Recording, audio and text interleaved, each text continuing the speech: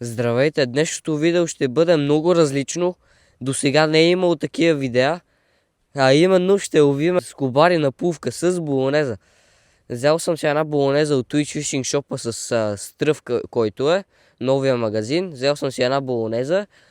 Ще направим и още един риболов след няколко дни, защото Мишо ми е пратил и е една много, много добра болонеза. Тика, специално за България направена. Струма мисля, че беше специално за България да я тестваме тук на реката. Надявам се, искам да ви оставя вие да познаете реката. Този път няма да давам много подсказки, само ще покажа тук каньона, който е. Ще се опитаме да направим някакъв риболов на скубар с плувки, с черви. Може да излезе и някой бонус риба. Но за сега гледам, че ще бъде тегав риболова, защото има вятър и се качва нивото постепенно, все повече и повече се качва нивото на водата, да успеем да фанем някоя риба. А вие не забравяйте да се абонирате за канала с камбанката, за да не изпускате следващите интересни видеа. Вижте, даже и на плувка видеа ще правим, затова се абонирайте. Много рядко ще бъдат тези видеа. Пишете в коментарите, искате ли да гледате такива видеа с болонеза. Защото, знаете, аз си ловя на спининг. Това не е чак толкова моето, но пак става голям кеф. Аз се изкефих доста, както ще видите в клиповете, в видеото. Как се нагъва болонезата с тези скубари. Те са едри, такива скубари хубави. Айде, приятно гледане.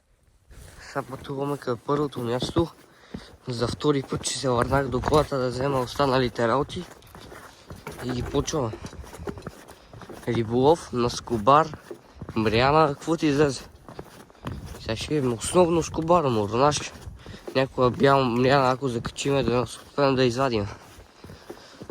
Иначе е голям студ още тук, даже се е издържал и снега, погледнете, той е замързан направо. Няма да казвам мястото, ще ви остава самия се досетите. След малко се включа, като съм на реката. Ето, вече съм на реката. Сега бъркаме за кранката и ги почваме.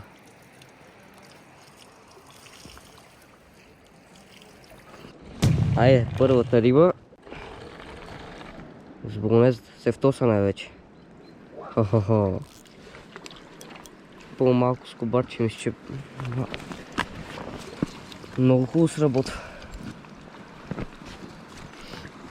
Ево тук. Ай.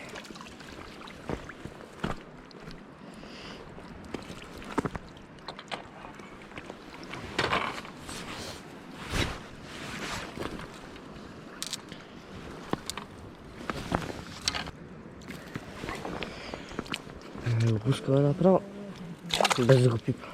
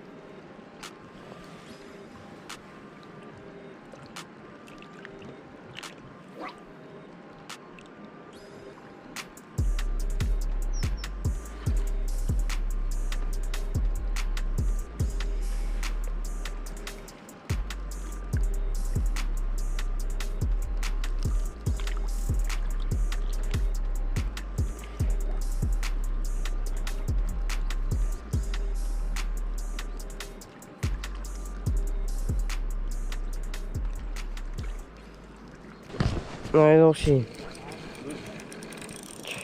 Ого, толкова хубав.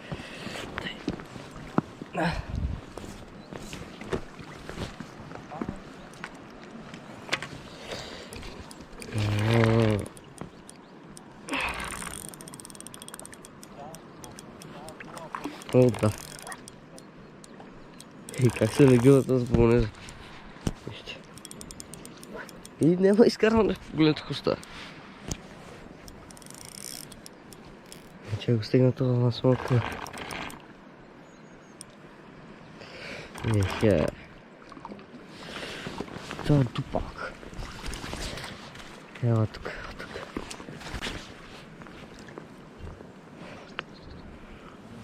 Байерке.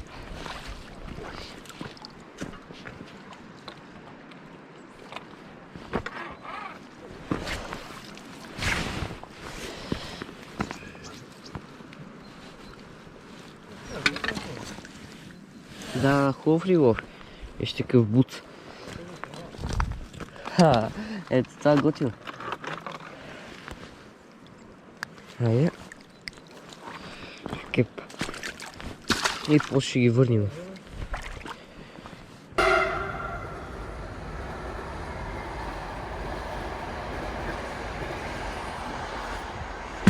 Айде. Айде още един. Ха-ха. Ей, гати, то много се дърпа пак. О-хо-хо. Погледнете какво прави болонезата. О! Айде газ. Виж. Какво стана?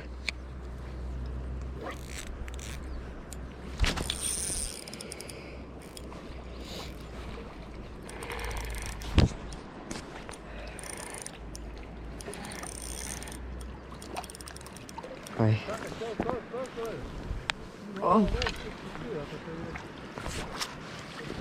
Кепо е замързва вода, че замързват направо чудо. Бей, този риболов се готин, хора. Е така. Ама по-рядко няма да има така чисто видео, нали знаете, аз съм спинингист. Ето го. Ето го, мачето. Хоп. Ето вижте го къв скобари. Но бел черви. Кепа.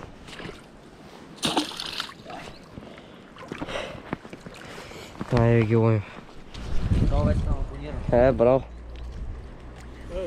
Отчи се, вали, стига, бе.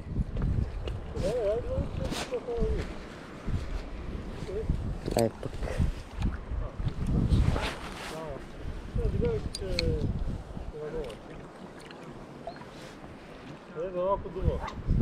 Да. Ама се откачат, не знам, защото това... Поемо ги пука.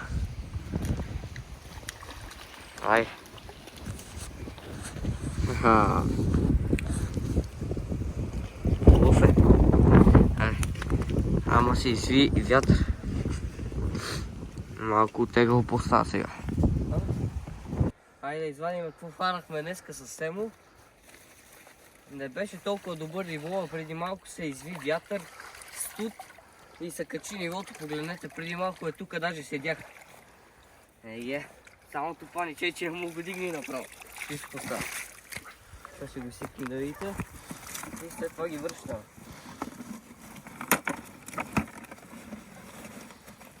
Опа.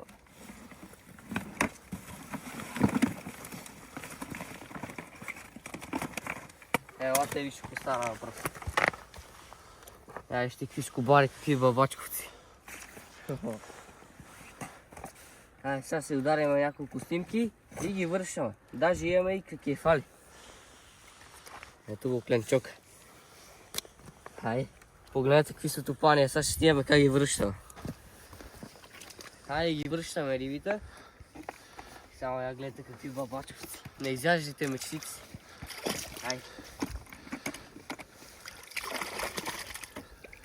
Ето, като за един бърз риболов и то тегъв, фанахме по някоя риба, се върнем пак с новата болонеза от Мишо. Ще я разовиме, надявам се по-хубаво. Ще ви покажа как съм си изгубил линията на болонезата. Първо сега ще ви покажа основното, което трябва да сте направили, след това почвате да награждате. Първо една плувка 3 или 4 грама използвах с шлаухчета. След това пускаме надолу, ето една веришка съм си направил и ето тук, само да ви покажа, ето тук е едно микро вирбелче. Сега ще ви покажа в пакети работите. Ето го микро вирбелче и пускате надолу едно поводче. Това поводче е 0.12, може 0.14 и една кука 0.10 ползвах тук. И 12 става и 9 става даже. И като основното ми влакно е 0,16 на тази болонеза. Значи вързвате пувката и овцата на основното влакно. След това от тук връзвате повод, по-тънък повод около, ако вие 0,16 връзвате 0,14, 0,12, 0,10 чак. Може да стигнат до 0,10 ако са капризни. Ето ги шлокчета, които използвам, без значение марката. Ето ги и микровирбелчетата. Ето вижте ги. Ето 24. Този размер е подходящ. Издържи до 4,5 кг. Ще ви издържи или изкобар 4 кг и кефал. Абе, стига да хванем такава. Ето ги и куките. Използвам, тези са за мен са най-добрите. Owner, пак 12-ки, 10-ки, 9-ки стават. Ето и тук поводчета. Поводчета трябва да са невидими. Ето ги, прозрачни. 0,12, 0,14 става 0,10. Може да се стигне, когато са капризни, и пувките са тип маслинка за река. Ето ги. 3-4 грама използвах днес на реката. И е тук и веришката си я правя. Когато има течение като днес, когато е за течение, използвам ето е тази веришка. Когато има бързо течение. От това пълнителче си слагам. Ето, примерно тези са 0,35, може и има 0,24. 0,35 закръглено, да кажем. И си смятате и си го правите колкото ви е грама пувката. Не го правите точно, по-малко слагайте и когато стигнете вече на реката, там си я догаждате колко трябва да бъде. Махате, слагате едно, слагате две, и задължително с червеите ги тествайте. Задължително с червеите, да сте сигурни. Дълбочина и почваме да ги ловим. Айде, оставам ви на вас да познаете коя е реката. Много е красиво. Ето там увяхме преди малко.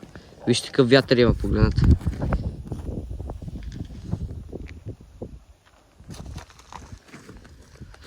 Супер яко. Много красиво. То още малко кадри.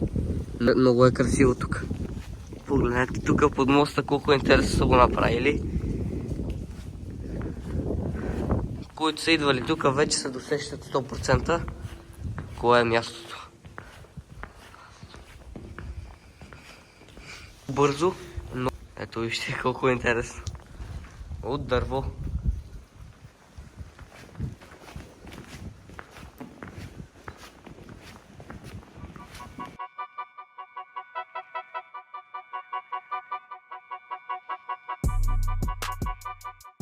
И да знаете, това все пак е България. Това видео го правя на 31 декември. Пожелавам ви весело изкарване на новата година. Но това видео ще бъде качено на 1 януари. Първото видео за тая година ще бъде на първия ден.